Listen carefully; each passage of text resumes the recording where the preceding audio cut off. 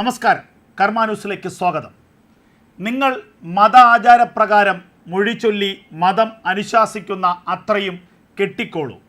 പക്ഷേ ഇന്നു മുതൽ കാര്യങ്ങൾ ആകെ മാറിമറിഞ്ഞിരിക്കുന്നു. ഇനി മുസ്ലിം പുരുഷന്മാർ കൂടെയുള്ള എല്ലാ ഭാര്യമാർക്കും, ഉപേക്ഷിച്ച ഭാര്യമാർക്കും ചിലവിന് നൽകണം.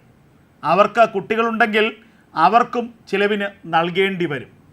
ദൂരവ്യാപകമായ പ്രത്യാഘാതങ്ങളുണ്ടാക്കുന്ന ഒരു സുപ്രധാന വിധിയാണ് ഇന്ന് സുപ്രീം കോടതി നടത്തിയിരിക്കുന്നത്. എല്ലാ സ്ത്രീകൾക്കും ബാധകമായ ക്രിമിനൽ നടപടിച്ചട്ടത്തിൻ്റെ സെക്ഷൻ 125 പ്രകാരം മുസ്ലിം സ്ത്രീക്ക് ഭർത്താവിൽ നിന്ന് ജീവനാംശം തേടാമെന്ന് സുപ്രീം കോടതി ബുധനാഴ്ച വിധിച്ചിരിക്കുന്നു. മതം നോക്കാതെ ഈ നിയമം രാജ്യത്ത് നടപ്പാക്കാൻ എല്ലാ കോടതികൾക്കും ആഹ്വാനം നൽകുകയാണ് സുപ്രീം കോടതി ചെയ്തിരിക്കുന്നത്.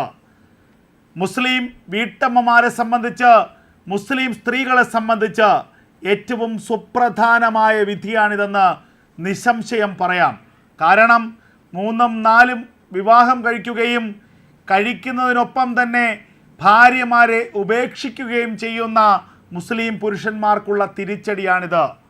ഒരിക്കൽ വിവാഹം നടത്തുകയും പിന്നീട് മതാചാരപ്രകാരം ഉപേക്ഷിക്കുകയും ചെയ്ത സ്ത്രീകൾക്കാണെങ്കിൽ കൂടി ജീവനാംശത്തിന് അധികാരമുണ്ടെന്ന സുപ്രധാനമായ വിധിയാണ് സുപ്രീം കോടതി പുറപ്പെടുവിച്ചിരിക്കുന്നത്. അതായത് മുസ്ലിം പുരുഷൻ്റെ സ്വത്തിൽ സ്ത്രീകൾക്ക് കൂടി അധികാരമുണ്ടെന്നും അവകാശമുണ്ടെന്നും കോടതി പറഞ്ഞിരിക്കുന്നു.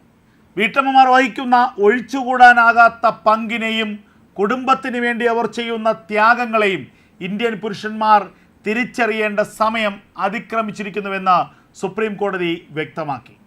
ക്രിമിനൽ നടപടിച്ചട്ടത്തിലെ സെക്ഷൻ 125 പ്രകാരം വിവാഹമോചിതയായ മുസ്ലിം സ്ത്രീക്ക് ഭർത്താവിൽ നിന്ന് ജീവനാംശം ആവശ്യപ്പെടാമെന്ന് justice BV Nagarathna, justice Augustine George എന്നിവരടങ്ങിയ സുപ്രധാനമായ ബെഞ്ച് വിധിച്ചിരിക്കുന്നു. ജീവനാംശം തേടുന്നതിനുള്ള നിയമം മതം നോക്കാതെ എല്ലാ വിവാഹിതരായ സ്ത്രീകൾക്കും ബാധകമാണെന്നും ബെഞ്ച് വ്യക്തമാക്കി.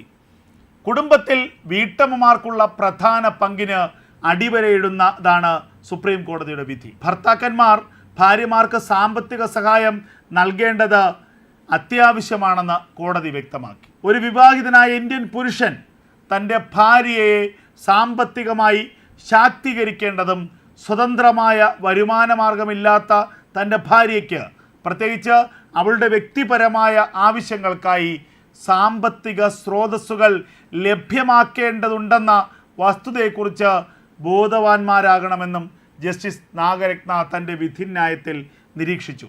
മറ്റൊരു രീതിയിൽ പറഞ്ഞാൽ, ഭർത്താവിൻ്റെ സാമ്പത്തിക സ്രോതസ്സുകളിലേക്ക് തലാക്ക് ചൊല്ലി ഉപേക്ഷിച്ച മുസ്ലിം സ്ത്രീക്ക് പോലും പ്രവേശനം നൽകുന്നത് കൂടിയാണ് ഇന്നത്തെ സുപ്രീം കോടതി വിധി. മുൻ ഭാര്യയ്ക്ക് 10,000 രൂപ ഇടക്കാല ജീവനാംശം നൽകാനുള്ള തെലുങ്കാന ഹൈക്കോടതി നിർദ്ദേശം ചോദ്യം ചെയ്തുകൊണ്ട് മുസ്ലിം യുവാവ് നൽകിയ ഹർജി തള്ളിക്കൊണ്ടാണ് സുപ്രീം കോടതിയുടെ ഏറ്റവും നിർണായകമായ ഈ നിർദ്ദേശം. ജീവനാംശം തേടുന്നതിനുള്ള നിയമം മതം നോക്കാതെ വിവാഹിതരായ എല്ലാ സ്ത്രീകൾക്കും ബാധകമാണെന്നും സുപ്രീം കോടതിയുടെ ഡിവിഷൻ ബെഞ്ച് വ്യക്തമാക്കി. ഭാര്യയെ പരിപാലിക്കുക എന്നത് ജീവകാരുണ്യമല്ലെന്നും വിവാഹിതരായ സ്ത്രീകളുടെ അവകാശമാണെന്നും സുപ്രീം കോടതി പറഞ്ഞു. ഗൃഹനാഥയായ ഭാര്യ വൈകാരികമായും മറ്റ് വഴികളിലും തങ്ങളെ ആശ്രയിക്കുന്നു എന്ന വസ്തുതയെക്കുറിച്ച് പല ഭർത്താക്കന്മാരും ബോധവാന്മാരല്ല. ഇന്ത്യൻ പുരുഷൻ ഒരു വീട്ടമ്മയുടെ പങ്കും ത്യാഗവും തിരിച്ചറിയേണ്ട സമയം അതിക്രമിച്ചിരിക്കുന്നുവെന്നും ജസ്റ്റിസ് നാഗരത്ന വ്യക്തമാക്കി. മുഹമ്മദ് അബ്ദുൾ സമദ് എന്നയാൾ സമർപ്പിച്ച ഹർജിയിലാണ് സുപ്രീം കോടതിയുടെ ഏറ്റവും സുപ്രധാനമായ ഈ ഉത്തരവ്. മുൻ ഭാര്യയ്ക്ക് 20,000 രൂപ വീതം ജീവനാംശമായി നൽകണമെന്നായിരുന്നു തെലുങ്കാനയിലെ കുടുംബ കോടതി ആദ്യം വിധിച്ചത്. യുവതിയെ പരാതിക്കാരൻ മുത്തലാഖ് ചൊല്ലിയാണ് വിവാഹബന്ധം വേർപെടുത്തിയത്. തെലുങ്കാന കുടുംബ കോടതി വിധിക്കെതിരെ ഹൈക്കോടതിയെ സമീപിച്ചപ്പോൾ ഇടക്കാല ജീവനാംശമായി 10,000 രൂപ നൽകണമെന്നായിരുന്നു ഹൈക്കോടതിയുടെ വിധി. ഇത് അംഗീകരിക്കാനാകില്ലെന്ന്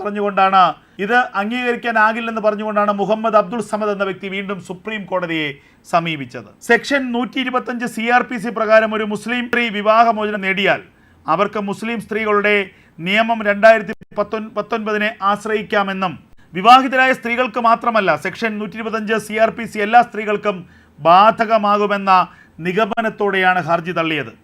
CRPC 125 വകുപ്പ് പ്രകാരമുള്ള നടപടികൾ തുറന്നുകൊണ്ടിരിക്കുകയാണ്. വിവാഹ മോചിതയാകുന്നതെങ്കിൽ മുസ്ലിം വനിതാ സംരക്ഷണ നിയമപ്രകാരം പരിഹാരം തേടാവുന്നതാണെന്നും കോടതി വിധിച്ചു. CRPC 125 വകുപ്പ് മതേതര സ്വഭാവത്തിൽ ഉള്ളതാണെന്നും അത് മുസ്ലിം സ്ത്രീക്കും ബാധകമാണെന്നുമുള്ളതാണ് സുപ്രീം കോടതിയുടെ സുപ്രധാനമായ വിധി. ചരിത്രപ്രസിദ്ധമായ ഷബാനു കേസ് വിധിയിൽ സുപ്രീം കോടതി വ്യക്തമാക്കിയതും ഇതുതന്നെയാണ്.